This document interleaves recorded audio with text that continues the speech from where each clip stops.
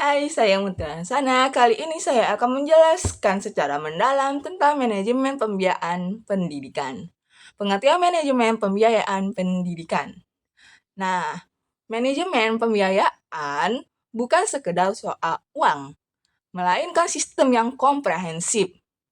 Ini adalah rangkaian kegiatan terencana yang meliputi perencanaan, perorganisasian, pengendalian, hingga pengawasan terhadap seluruh sumber daya keuangan. Tujuannya, satu, memastikan setiap rupiah yang masuk digunakan secara efektif untuk mendukung kegiatan belajar mengajar. Nah, perencanaan anggaran seperti contohnya, konkretnya adalah penyusunan RAPBS, Rencana Anggaran Pendapatan dan Belanja Sekolah. Di sini sekolah harus mampu memetakan prioritas kebutuhan selama 1 tahun ke depan. Penggalian sumber dana pendidikan tidak hanya berasal dari satu pintu. Manajemen yang baik harus mampu mengidentifikasi sumber potensial, baik dari pemerintah seperti dana BOS, kontribusi orang tua atau masyarakat, hibah dari sektor swasta, maupun unit usaha mandiri sekolah. Siklus administrasi meliputi penggunaan dana, pencatatan, pembukaan, pengawasan berkala, hingga laporan pertanggungjawaban (LPJ) yang transparan untuk membuktikan bahwa dana dikelola dengan integritas. Tujuan utamanya, manajemen pembiayaan. Mengapa kita butuh manajemen yang ketat? Menjabarkan 4 poin krusial. Pertama, menjamin keberlangsungan tanpa dana yang cukup dan tersedia tepat waktu, proses pendidikan akan berhenti.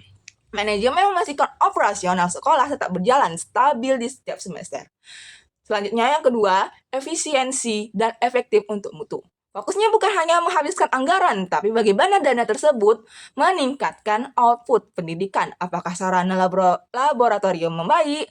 Apakah guru mendapatkan pelatihan yang layak? Itulah esensi peningkatan mutu. Terus selanjutnya ada keadilan dan akses merata. Manajemen yang baik memastikan tidak ada siswa yang tertinggal hanya karena kendala ekonomi.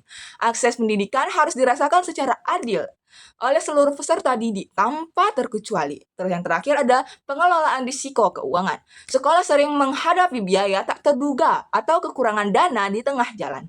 Dengan manajemen sistematis, risiko-risiko ini bisa diantisipasi melalui dana cadangan atau relokasi anggaran yang bijak. Nah, di sini ada prinsip-prinsip dasar. Dijelaskan etika dan aturan main dalam mengelola uang pendidikan. Nah, pertama ada efisiensi dan efektivitas. Dana digunakan dengan hemat dan tepat sasaran efektif. Seperti mencapai target tujuan, sementara efisiensi berarti mencapai target tersebut dengan biaya yang paling rasional. Keadilan, distribusi dana harus proporsional. Daerah atau satuan pendidikan yang lebih memerlukan harus mendapatkan perhatian lebih agar terjadi pemerataan kualitas. Ada transparansi dan akuntabilitas. Semua rencana dan laporan harus terbuka, bisa akses pemangku kepentingan, dan dapat dipertanggungjawabkan secara hukum maupun moral kepada masyarakat dan pemerintah. Berkelanjutan, pola pendanaan tidak boleh bersifat sekali pakai. Harus ada perencanaan jangka panjang agar institusi pendidikan tetap mandiri dan stabil dari tahun ke tahun.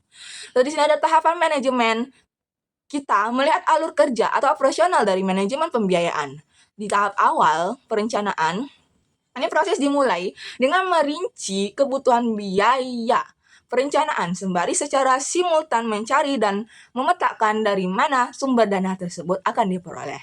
Nah, ada tahap pelaksanaan, alokasi, dan penggunaan. Setelah dana cair, manajemen harus mendistribusikannya ke unit-unit kerja sesuai porsi yang telah disepakati di awal.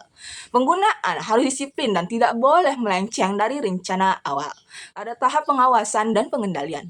Selama dana digunakan, perlu ada fungsi kontrol. Ini bertujuan untuk mencegah terjadinya penyimpangan, pemborosan, atau korupsi di lapangan.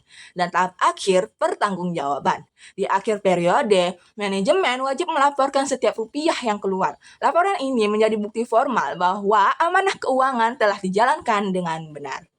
Nah, di sini juga ada peran dan fungsi dalam pendidikan. Menekankan dampak nyata dari manajemen ini terhadap ekosistem sekolah. Peran-perannya itu ada, pertama, peningkatan mutu fisik dan non-fisik. Dana yang terkelola dengan baik langsung berdampak pada perbaikan fasilitas peningkatan. Profesionalisme guru melalui pelatihan dan kualitas media pembelajaran di kelas. Terus yang kedua ada jaminan akses inklusivitas melalui subsidi beasiswa atau bantuan biaya bagi keluarga kurang mampu. Manajemen pembiayaan berperan sebagai jembatan yang memastikan semua anak bisa di sekolah. Terus yang 3 itu ada penguatan akuntabilitas publik. Di era keterbukaan informasi, kemampuan sekolah mengolah dana secara transparan akan meningkat. Kepercayaan masyarakat, ketika masyarakat percaya, mereka akan lebih bersedia untuk berkontribusi lebih besar bagi kemajuan sekolah.